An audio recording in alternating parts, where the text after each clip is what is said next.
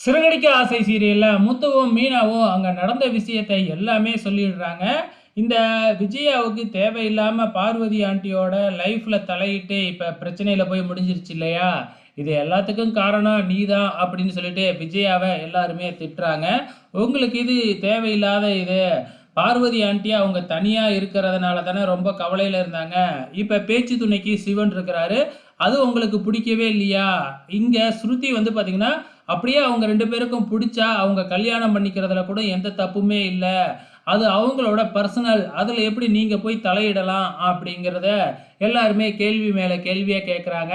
விஜயா வந்து நான் எல்லாமே பார்வதியோட நல்லதுக்கு தான் பண்ணுனேன் அப்படின்னு சொல்லி சமாளிச்சுக்கிட்டு இருக்கு.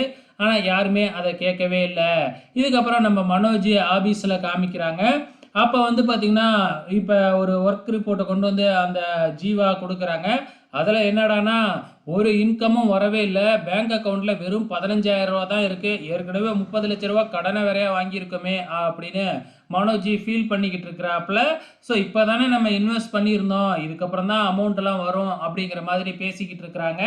நம்ம ரோகிணி இருந்துகிட்டு, நான் தான் சொன்னேன்ல, தேவையில்லாம இப்ப எதுக்கு புதுசா ஒரு ஆபீஸ ஓப்பன் பண்ணி நெறைய ஜாமான்லாம் வாங்கி போட்டு, அதனால தானே இவ்வளோ கடன் வந்துச்சு. அப்படின்னு ரோகிணி மனோஜுக்கு அட்வைஸ் பண்ணி பார்க்குறாங்க. ஆனா மனோஜ் கேட்கறதா இல்ல.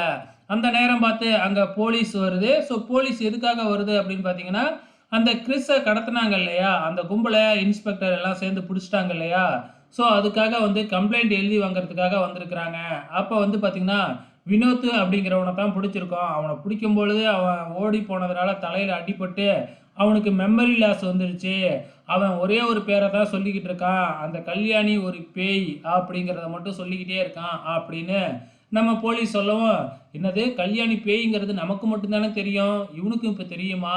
அப்படின்னு நம்ம மனோஜ் வேற எங்கேயோ போயிடுறாப்புல. அதே டைம்ல இப்ப நம்ம மனோஜுக்கு கடன்ல இருக்கிறாப்புல இல்லையா? அந்த பில்டர்ஸ் மேடத்துக்கு ஃபோன் பண்ணி அமௌண்ட் கேளு அப்படின்னு சொல்லிக்கிட்டு இருக்கிறாங்க.